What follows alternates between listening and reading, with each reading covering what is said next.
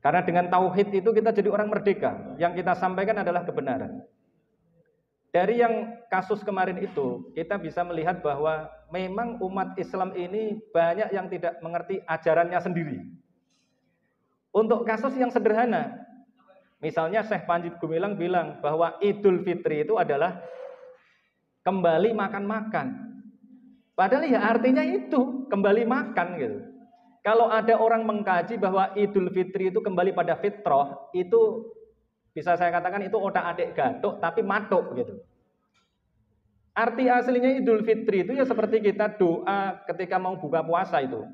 Allahumma laka sumtu wa bika amantu wa ala rizkika aftortu. Aftortu artinya apa? Iftar artinya buka, makan artinya. Berarti iftar jamaah itu ya buka puasa bersama, ya makan lagi itu. Artinya makan artinya. Jadi kalau Idul Fitri itu ya tadinya kita puasa, kemudian Id itu berasal dari kata ada. Ada itu artinya kemudian diserap ke dalam bahasa Indonesia. Ini tadi kan serapan-serapan aja itu. Diserap ke dalam bahasa Indonesia menjadi adat. Adat itu kebiasaan. Kenapa menjadi kebiasaan? Karena diulang-ulang. Karena diulang-ulang maka menjadi kebiasaan. Kebiasaan itu namanya adat. Nah, karena kembali makan tadi itu, ya tadinya puasa, maka kemudian kembali makan, maka disebut sebagai Idul Fitri. Kemudian buktinya lagi, bapak-bapak dan ibu-ibu nanti bisa langsung cek, nih saya salah atau benar. Namanya senior kan boleh itu, nanti langsung memprotes kan, ini yang diomongkan junior ini salah atau benar gitu. Bisa langsung dicek di Google, silahkan diketik. Nanti kan muncul semua. Gak ada itu zakatul fitrati itu gak ada. Yang ada itu zakatul fitri. Tapi kita justru menyebut zakat fitrah. Padahal gak ada itu zakat fitrah itu gak ada. Kalau di dalam kajian fikih itu zakatul fitri. Maka sholatnya sholat Idul Fitri. Kemudian zakatnya zakatul fitri. Kenapa? Karena yang kaya adalah Profesor Suradi, tetapi ada banyak orang yang miskin, yang pada saat orang kembali makan, orang-orang miskin itu nggak bisa makan. Maka zakatnya itu khusus, zakat yang harus diberikan pada sebelum matahari terbenam. Karena Idul Fitrinya, hari itu kan mulai, kalau kita Islam itu kan mulai matahari tenggelam, bukan pukul 00 itu bukan. Tapi matahari tenggelam itu berarti kita sudah Idul Fitri, kembali makan. Saat Idul Fitri itu jangan sampai ada orang yang tidak makan. Maka zakatnya disebut zakatul fitri, sama dengan tadi itu aftar tuh tadi itu. Itu nggak ada sebutan zakatul fitrah, tetapi kita justru menyebut itu zakat fitrah dan biasa-biasa saja. Maka yang diperlukan itu adalah pelurusan. Nah, melakukan pelurusan ini tidak mudah. Lagi tidak hanya satu, ini sering saya sampaikan. Untuk membuktikan nanti saya mau mendukung tadi itu BSI sama umroh tadi itu, Biro Umroh tadi itu. Itu contoh kasusnya. Tetapi saya beri satu contoh kasus lagi bahwa kita ini memiliki tugas yang memang berat. Sebagai cendekiawan ini, memiliki tugas berat sebenarnya. Misalnya begini, saya melakukan riset. Riset saya sederhana. Riset saya adalah tentang berapa banyak orang Indonesia ini yang bisa baca Quran. Kira-kira berapa Mas Sartono? Ternyata nggak banyak Pak. Dulu saya kaget ketika ada salah satu mantan ketua umum LDMI PBHMI senior itu dari mana? Dari Sunan Ampel. Itu bilang pada saya yang bisa baca Al-Quran di Indonesia ini cuma 40%. Kaget saya. Lah nggak mungkin lah Mas, saya bilang gitu. Di kampung saya itu semua orang bisa baca Quran loh. Nah itu di kampung ente ini kan Indonesia, dia bilang gitu. Kemudian saya teliti, betul Pak, ternyata benar dia. Kemudian di Jakarta saya ngajar ngaji, senior-senior itu, senior-senior sendiri ini yang ngajar di apartemen di samping DPR RI itu setiap hari hari Rabu itu. Itu ternyata betul ternyata. Dan ternyata baca Fatihah itu rata-rata salahnya 8 kali. Loh kaget saya gitu. Misalnya ihdinas sirotol mustaqim itu rata-rata terutama kalau dari Indonesia bagian selatan, dapilnya Mas siapa tadi? Pemilik travel umroh tadi itu ihdinas sirotol mustaqim bacanya. Saya betulkan. Itu 3 kali pertemuan baru bisa ihdinas sirotol mustaqim.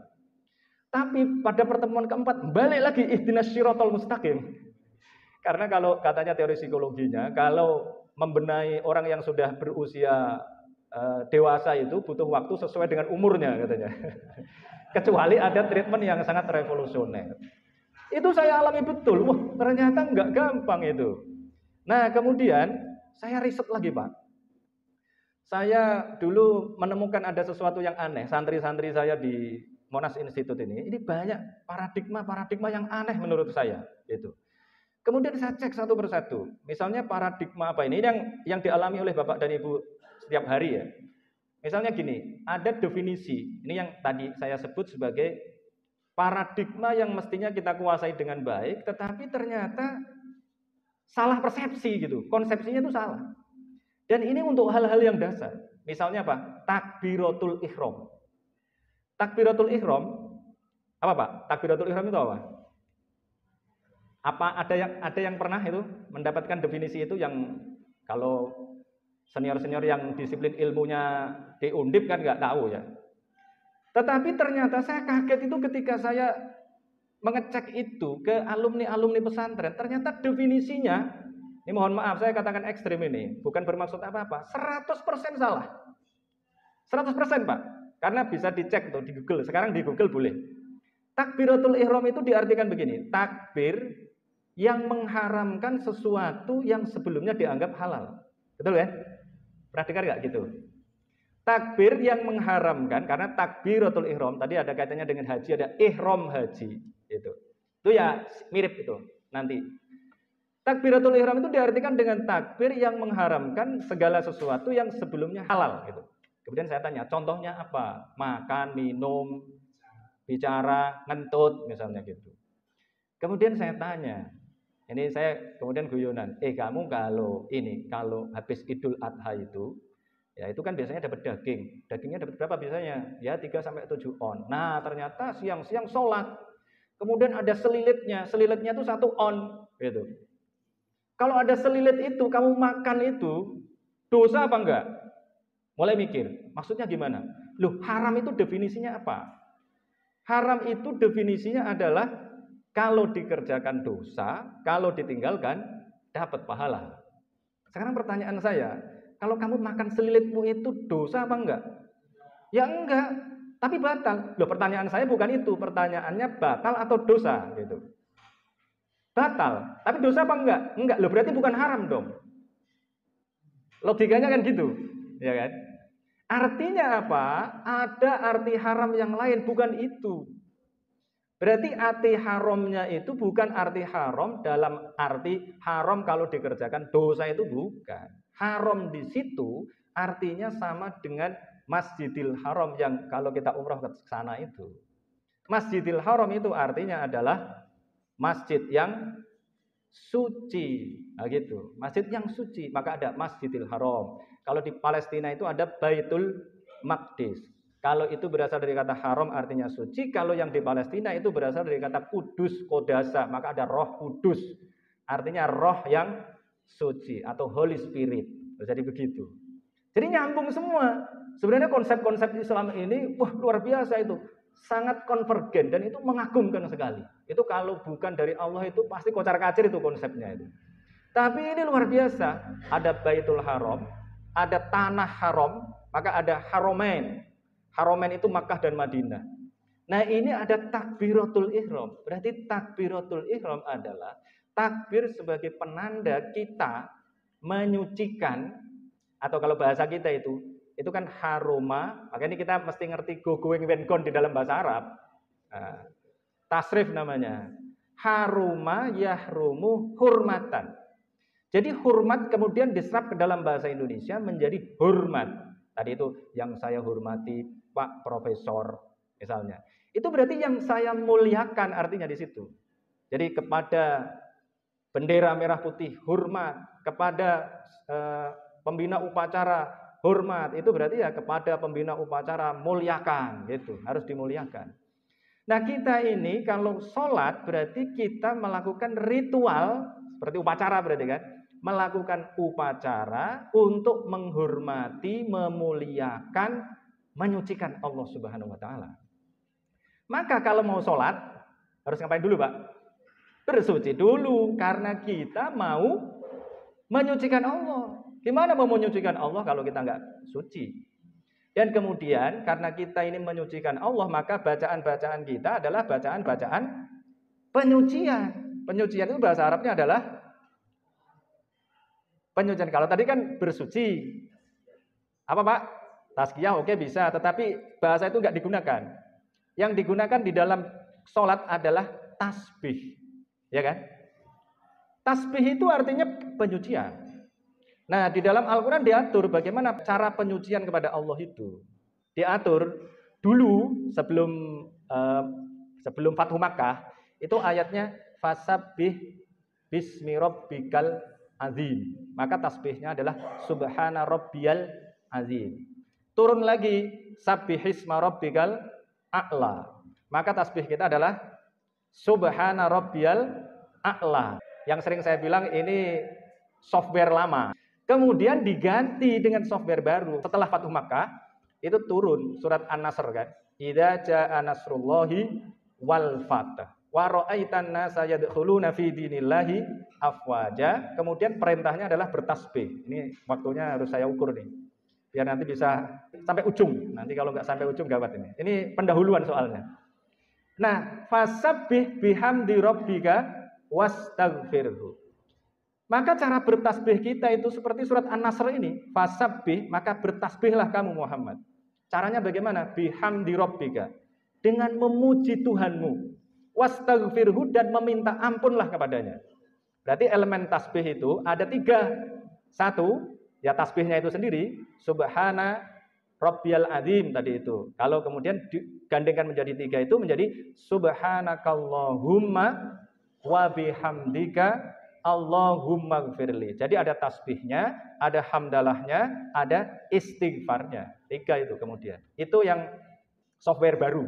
Sampai kita pakai sekarang itu. Maka setelah Allahu Akbar, yang kita baca adalah masam, baca apa masam? Setelah Allahu Akbar baca apa? Takbiratul ihram itu. Apa? Kabiro, NU berarti. Kabiro. NU berarti. Mbak Gaya baca apa Mbak Gaya? Allahumma ba'id. Kalau Allahumma ba'id, Muhammadiyah, ya kan? Tapi substansinya sama. Kabiro, Allahu Akbar, kabiro, walhamdulillahi katsira. Alhamdulillah, memuji Allah. Tadi itu fasabbih bihamdi rabbika wastaghfirhu. Kabiro, walhamdulillahi katsira. Kemudian wasubhanallahi bukratan wa asila. Seterusnya silahkan dibaca sendiri. Tapi substansinya itu. Kalau Muhammadiyah dibaca adalah Allahumma ba'id baini wa baina khotoyaya kama ba'adta bainal masyriqi wal maghrib. Itu substansinya adalah istighfar. Itu kira-kira beginilah, ini dosa ini misalnya. Ini dosa nempel di saya. Kemudian kita berdoa, Allahumma ba'id, ya Allah jauhkanlah antara aku dengan dosa-dosaku itu sebagaimana engkau menjauhkan antara timur dengan barat. Ini dosa saya dijauhkan dari saya, timur dan barat. Bersih enggak? Bersih. Berarti itu kita memohon ampun pada Allah agar kita dibebaskan dari dosa-dosa. Setelah baca iftitah, baca hamdalah, baca Al-Fatihah. Al-Fatihah ayat pertamanya adalah, kalau saya alhamdulillahirabbil alamin atau bismillahirrahmanirrahim juga enggak apa-apa. Tapi mau bismillahirrahmanirrahim atau alhamdulillahirabbil alamin, tetap saja itu adalah pujian pada Allah. Nah, gitu kan? Kemudian setelah itu baca surat, itu hukumnya sunnah. Kemudian rukuk. Rukuk bacanya tadi itu. Kalau NU bacanya subhana rabbiyal azim. Lagi subhana rabbiyal azimi wa bihamdi. Kalau Muhammadiyah bacanya subhanakallahumma wa bihamdika Allahumma gfirli. Tadinya bangun dari rukuk itu tetap Allahu Akbar. Tapi kemudian dalam tanda kutip ini, gara-gara Abu Bakar kemudian berubah menjadi Sami Allahu liman hamidah. Saya juga kaget ini baca cerita ini. Dan untungnya saya sudah baca ini, kemudian baru anak saya nanya. Anak saya kelas 6 ini. Dulu waktu itu kelas 1. Kan sering ikut jamaah saya ke Monas Institute itu. Anak saya nanya begini, Abah, itu kenapa yang lain-lain kok Allahu Akbar, tapi yang satu kok sami Allahu liman hamidah itu? Wah, kaget saya. Karena saya dulu nggak pernah nanya begitu gitu. Ini kok nanya anak ini? Wah, saya senang sekali. Saya jelaskan dulu ceritanya. Abu Bakar itu kan bisnismen. Dia sibuk. Kemudian pada suatu ketika, walaupun biasanya itu jamaahnya tepat waktu, dia terlambat. Nah, ketika masuk pintu, Nabi Muhammad sudah ruku. Dia senang sekali karena belum ketinggalan jauh gitu. Dia bilang, Alhamdulillah gitu. Maka kemudian seperti tadi dibilang Prof. Surati tadi itu, malaikat Jibril datang. Kemudian bilang, Mas Muhammad, itu di belakang sahabatmu lagi datang tuh, baru datang. Dia senang sekali, kira-kira begitu. Belum ketinggalan jauh. Dia bilang, Alhamdulillahirabbil alamin. Maka bilanglah, sambut dia dengan Sami Allahu liman hamidah. Allah mendengar orang yang memujinya. Yang memujinya adalah Abu Bakar. Maka tadi saya sebut dalam tanda kutip gara-gara Abu Bakar tadi itu yang tadinya Allahu Akbar jadi Sami Allahu liman hamidah. Kemudian setelah itu baca apa lagi?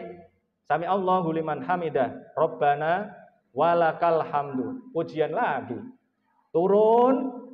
Subhanakallahumma wa bihamdika Allahumma gfirli. Allahu Akbar bacanya apa Pak? Rabbi gfirli warhamni wajburni warfa'ni warzuqni wahdini wa'afini wa'fu anni. Itu substansinya juga sama. Malah ada permintaan-permintaan yang lain. Nah, tetapi tadi itu, nah ini silahkan nanti kalau mau di riset oleh Mas Sartono silahkan. Tapi kira-kira apa yang saya katakan tadi itu benar atau enggak itu? Yang tadi itu. Dan bisa dicek itu di Google. Definisinya begitu. Nah, ini kan perlu direkonstruksi. Nah, tadi ini bagaimana kita mau mendapatkan inspirasi dari Al-Quran kalau perspektif-perspektifnya ini ternyata terdistorsi. Lagi misalnya yang berkaitan dengan ekonomi ini kan kerjasama dengan bank syariah tadi itu. Kemarin saya sampaikan di Hibka Kahminya Bang Ferry itu, memahami wa tazawwadu fa inna khairaz zadit taqwa. Ini kaitannya dengan jamaah haji. Jamaah haji dulu itu ceritanya dari Yaman mau pergi ke Mekah itu kepedean. Mereka bilang begini, berpandangan begini, kami ini tamu Allah. Karena tamu Allah, maka kami pasti akan diurus oleh Allah. Maka nggak perlu bawa bekal. Maka kemudian mereka jalan aja ke Mekah. Ternyata di jalan mereka kehausan, kelaparan, dan akhirnya harus minta-minta kepada orang yang di pinggir-pinggir jalan. Itu kemudian ditegur oleh Allah. Ditegur Allah dengan tadi wa tazawwadu fa inna khairaz zadi taqwa. Kalau kalian mau haji itu bawa bekal. Karena sebaik-baik bekal adalah takwa. Nah, sekarang diartikan bahwa takwa adalah sebaik-baik bekal.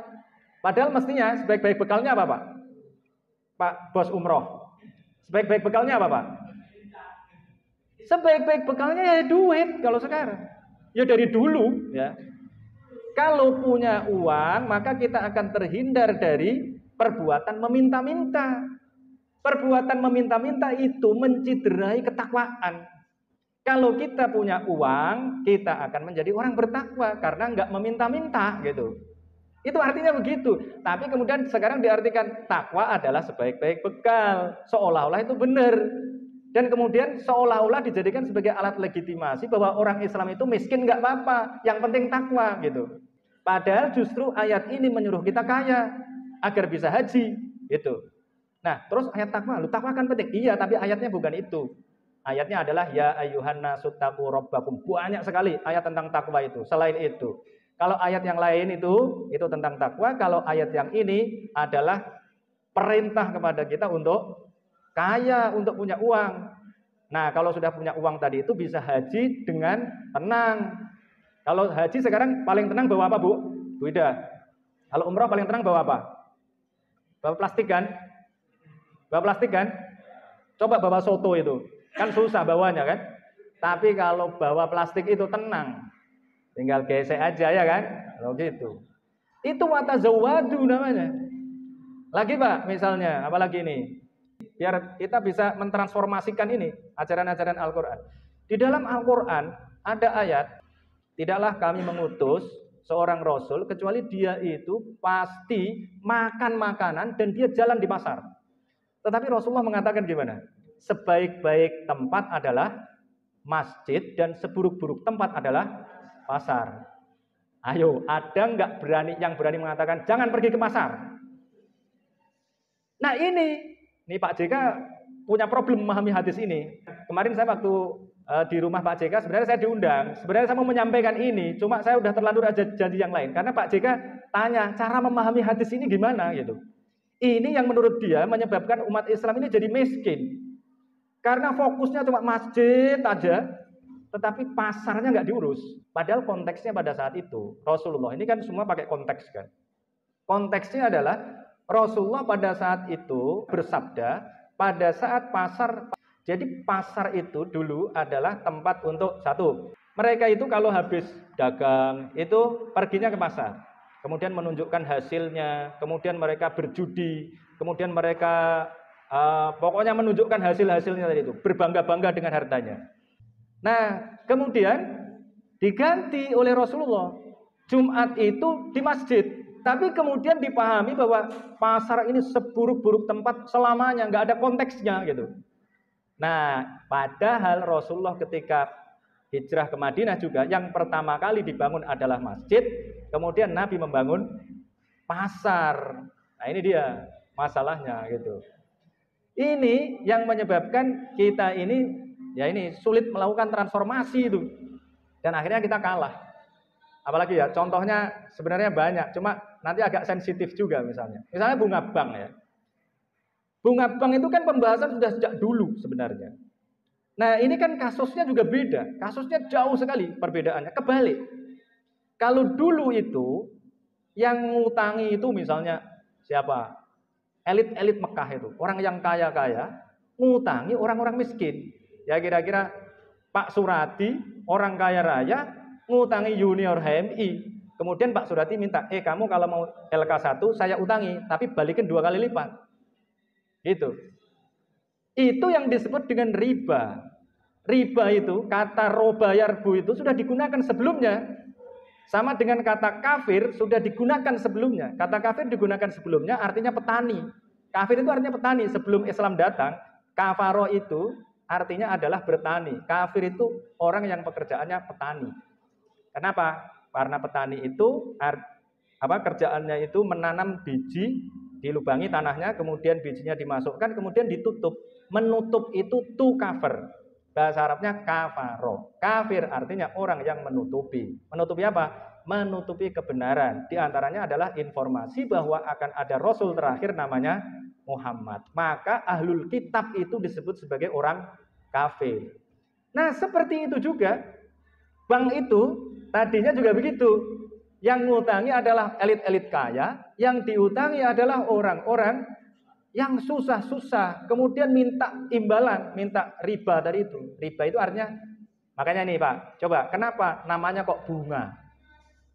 Bunga itu apa? Jangan sampai nggak tahu Pak, orang bank. Saya kan bikin sekolah tinggi ekonomi dan perbankan Islam sama Pak Fatwa. Kenapa kok disebut dengan bunga ya? Gitu. Oh, bunga itu artinya kembang. Robayarbu itu artinya berkembang, ya kan Pak? Nah, berkembang tadi itu kemudian jadi kembang itu tadi itu. Maka kemudian diartikan bunga, berbunga. Nah, selisihnya itulah yang disebut dengan robayarbu riban. Riban itu artinya kembang, berkembang. Karena tadinya ngutangi cuma 10.000, minta kembali 15.000. Tapi yang ngutangi adalah orang kaya, yang diutangi adalah orang miskin. Nah, sekarang kan kebalik. Tadi itu DP 10 juta, ya kan? 10 juta duitnya masuk kemana Pak? Ke bank kan? Terus yang pakai siapa sekarang? Kalau duitnya tadi itu 10 juta, 10 juta, 10 juta, yang mau umroh adalah tetangga-tetangga saya yang di kampung, yang mau haji adalah orang-orang yang di kampung saya, berarti yang ngutangi siapa Pak? Yang ngutangi adalah orang miskin, yang utang adalah orang kaya. Saya kalau utang BPD misalnya, nggak akan dikasih kalau tidak punya jaminan. Nah kalau tetangga-tetangga saya nggak punya sawah, nggak dikasih, tidak bankable. Nah, kebalik sekarang. Kalau dulu yang ngutangi adalah orang kaya kepada orang miskin, sekarang orang miskin ngutangi orang kaya. Loh, jauh sekali. Loh betul Pak. Saya waktu itu sama Mas Aris Mufti, Presiden MES, Masyarakat Ekonomi Syariah, itu kan kerjasamanya dengan Bank Niaga. Datang ke Niaga Tower. Saya kan selalu mengajarkan bahwa kita ini harus berpikir ideologis, berwawasan politis itu maksudnya politik ekonomi juga, bertindak taktis strategis, dan tetap melakukan yang teknis, kalau ajaran pada santri begitu. Ya. Bagaimana itu? Akhirnya prakteknya, kalian saya harapkan ngutang sebanyak-banyaknya. Saya bilang gitu. Santri saya harus berani mengutang, harus berani ngutang sebanyak-banyaknya.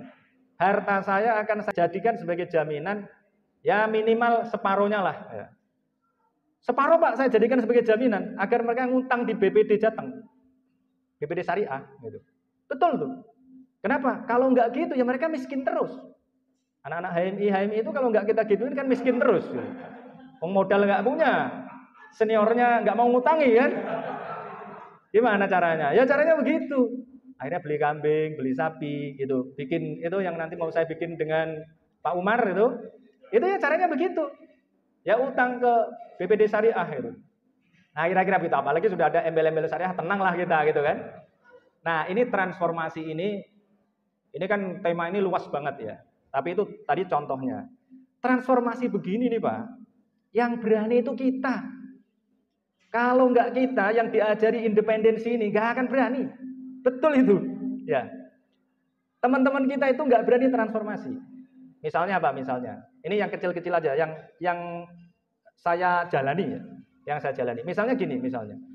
Ini tadi kan ada beberapa senior yang ngobrol dengan saya tentang anaknya menghafalkan Al-Quran. Dulu kan menghafalkan Al-Quran itu ya asal menghafal aja. Datang ke pesantren, ke pondoknya mbah ini, mbah itu, karena dianggap dia punya sanad sampai Rasulullah. Ngaji misalnya juga begitu, karena mereka merasa, karena ada kelompok tertentu yang mengagung-agungkan sanad. Pokoknya kalau sanadnya nggak nyambung, wah itu nggak sah. Saya bisa buktikan bahwa orang-orang yang mengagungkan sanad itu ternyata pemahamannya juga salah. Gitu. Bang Ferry itu saksinya itu. Artinya orang yang mengagung-agungkan sanad dan merasa atau mengklaim punya sanad itu nggak jaminan benar juga. Gitu. Nah padahal sekarang dunia sudah berubah. Misalnya saya dulu ngaji, baca kitab Gundul itu. Dulu kan kiai saya baca, kemudian saya mendengarkan. Pakai loudspeaker gede itu, mendengarkan, nyatet gitu kan. Lah kalau sekarang kita mau begitu terus, ya kapan murid kita jadi pinter? Padahal murid kita ini, ya anak-anak ini saya sering guyonan sama Bang Ferry. Anak-anak Indonesia ini kan IQ rata-ratanya 78,5. Itu berarti kan ada yang pinter itu di puncak piramida, tapi yang nggak pinter itu banyak sekali. Berarti ada orang yang kalau diajari itu sekali bisa, tapi jumlahnya sangat sedikit. Tapi yang lain harus 2 kali, 3 kali, 4 kali, 5 kali, 6 kali, bahkan 10 kali.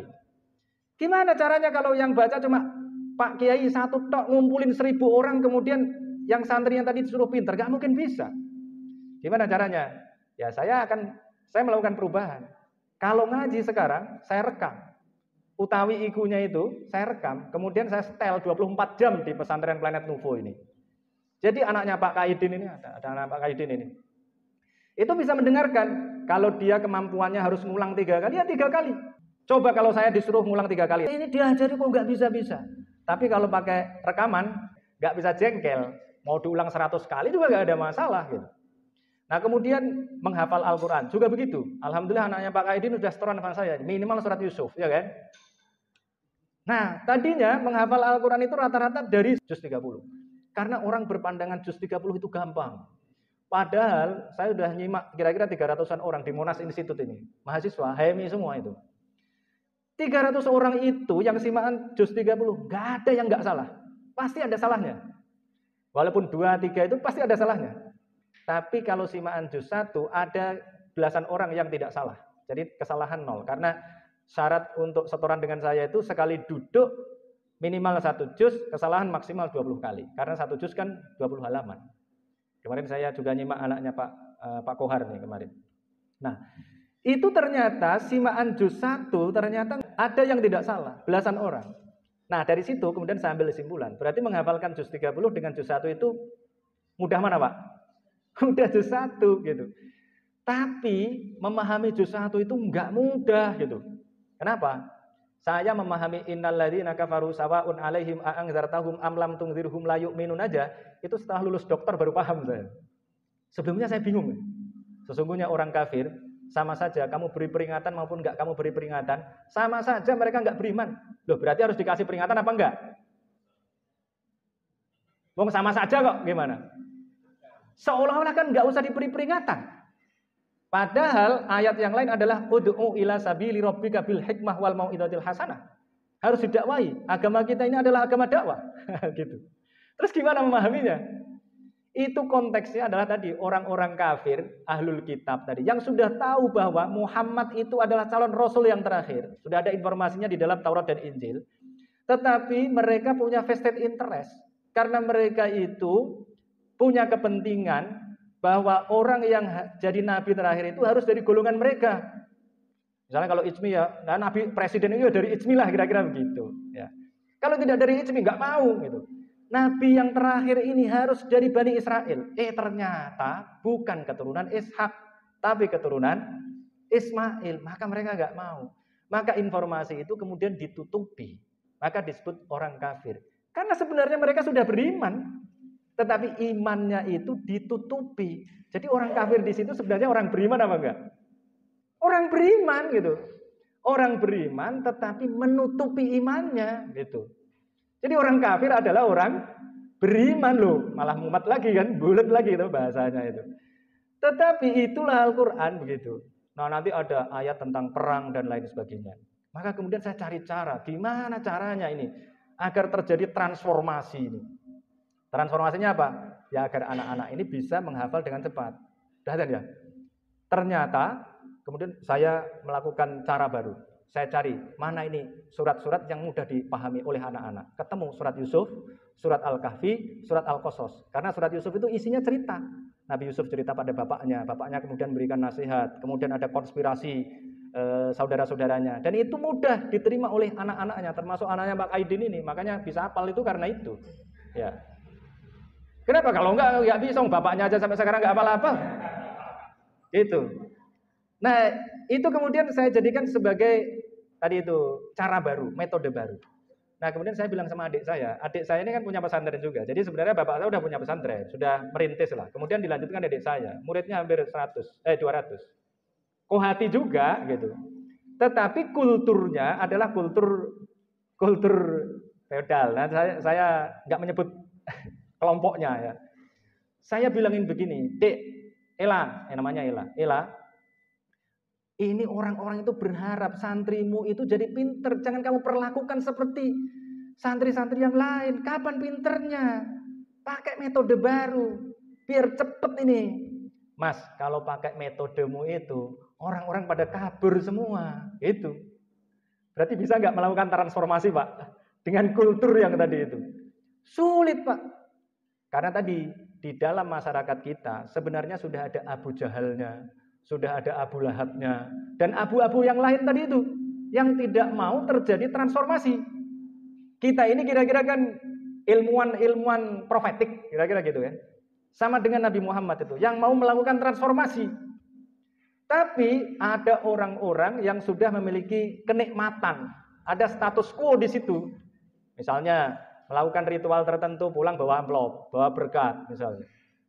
Itu kalau kita hilangkan ya bahaya gitu. Mereka tidak mendapatkan keuntungan lagi. Nah, ini adalah tantangan kita ya untuk karena sudah habis ini. Ya sudahlah, nanti kita lanjutkan di waktu yang lain. Tetapi dari tadi itu saya bisa mendapatkan pelajaran bahwa memang transformasi ini penting, tetapi tadi ternyata masih banyak persoalan, di antaranya adalah tingkat literasi umat Islam yang sangat rendah. Nah, kalau kita mau melakukan transformasi ya kita harus lebih kencang lagi melakukan pendidikan pada umat kita itu. Kalau mau ditambah dikit tentang haji juga misalnya, bapak-bapak dan ibu-ibu, itu kan ada ayat ini, Innas sofa wal marwata min sya'airillah. Faman hajjal baita aw ya'tamara fala junaha alaihi ayyat tawafa bihima. Ya Pak Waka, silakan. Ayatnya begini ayatnya. Sesungguhnya Sofa dan Marwah adalah di antara tanda-tanda kebesaran Allah. Nah, ini yang agak rancu ini kalau kita pahami sekarang.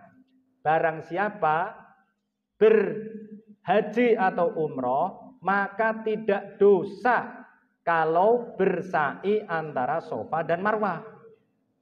Gimana itu teksnya kok? Sesungguhnya Safa dan Marwah adalah di antara tanda-tanda kebesaran Allah. Barang siapa yang haji atau umroh, maka dia tidak dosa. Kalau tidak dosa itu berarti lebih baik ditinggalkan atau dilakukan, Pak? Lebih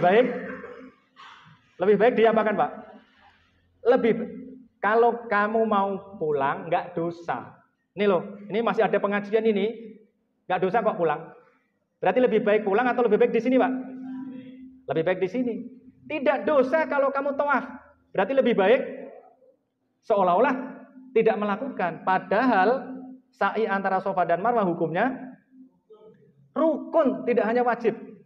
Kalau wajib bisa diganti dengan dam. Tapi kalau rukun batal gitu. Tapi kok teksnya begitu? Ini jangankan kita, Pak. Sahabat aja bingung itu terhadap ayat ini. Kemudian dia nanya pada Ibu Aisyah. Ibu Aisyah, ini ayatnya kok begini? Padahal kan sa'i antara Safa dan Marwah itu rukun gitu. Oh iya, dulu antara Safa dan Marwah itu banyak patungnya. Kalau digambarkan di Leslie Hazilton itu ada 360 patung. 360 itu kayak lingkaran. Lingkaran kan 360 derajat gitu. Jadi di setiap sudutnya itu ada patungnya. Jumlahnya ya enggak 360 ya. Tapi banyak, setiap sudutnya ada patungnya. Nah itu kemudian dijawab, iya dulu setiap sudut itu ada patungnya. Maka kemudian orang-orang Islam yang mau haji umroh itu khawatir kalau melakukan sa'i antara Safa dan Marwah nanti jadi musyrik. Maka turunlah ayat ini, Inna Safa wal Marwata min sya'airillah. Barang siapa yang mau haji atau umroh maka tidak dosa walaupun di situ ada patungnya, enggak musyrik. Nah, gitu. Ini sebenarnya pelajaran bagi kita. Ayo kita lagi yang bisa melakukannya ini. Ini desakralisasi, Pak. Jadi walaupun ada simbol-simbol paganisme, tapi kalau niat kita enggak untuk paganisme itu, maka enggak apa-apa. Misalnya apa? Ini kalau kita mau mikir literal, sebenarnya kita ini dosa semua. Terutama yang pernah kuliah ke luar negeri. Kalau kuliah ke luar negeri itu nyebut hari Ahad apa, Pak? Sunday, Monday. Sunday itu artinya apa? Dari kata sun dan day. Apa artinya, Pak? Sun itu artinya matahari, day artinya Tuhan artinya. Day. Monday, itu moon artinya bulan, dewi bulan dan seterusnya, itu nama-nama dewa semua gitu. Tetapi apakah kita mengatakan Sunday Monday itu kita berniat mendewakan itu? Enggak, lo gitu. Ya. Maka kemudian ini gambar misalnya. Ini kita ketinggalan dalam konteks apa? Seni arsitektur dan lain sebagainya. Kenapa?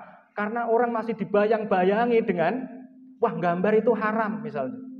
Padahal konteksnya itu sama. Sehingga kita ketinggalan. Orang sudah gambar macam-macam, kita masih berdebat menggambar itu haram atau enggak, lo gitu. Karena ada hadis, orang yang gambar itu dosa, kira-kira begitu. Nanti disuruh ngasih nyawanya gitu.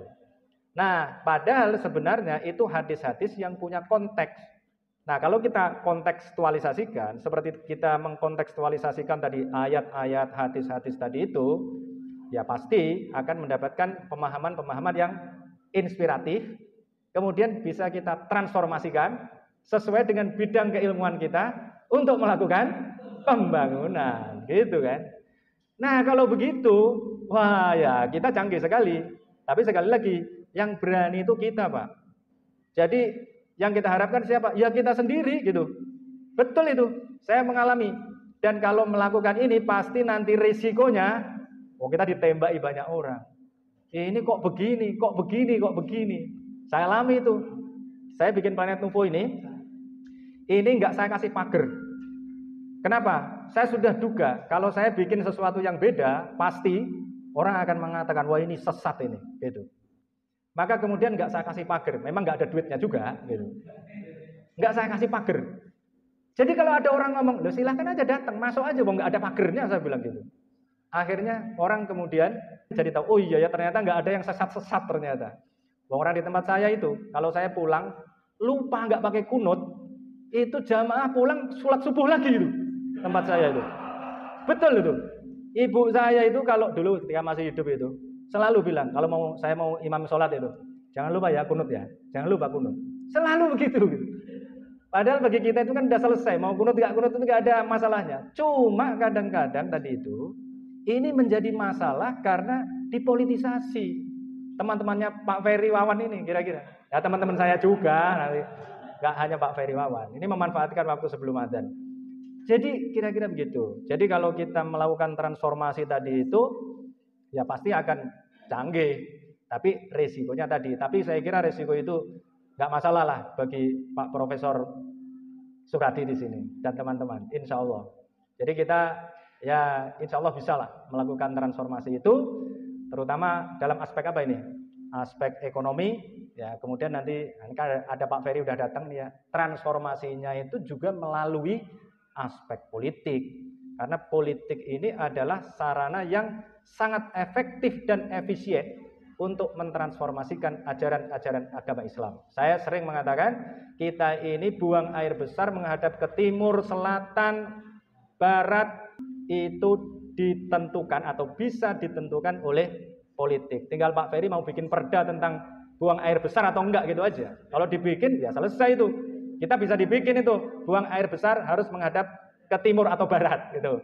Atau bikin, karena ini santri, HMI, dibikin buang air besar, rumah, kantor, itu harus punya toilet yang toiletnya itu menghadap ke utara atau selatan. Kalau enggak dibongkar, begitu. Itu kalau politik.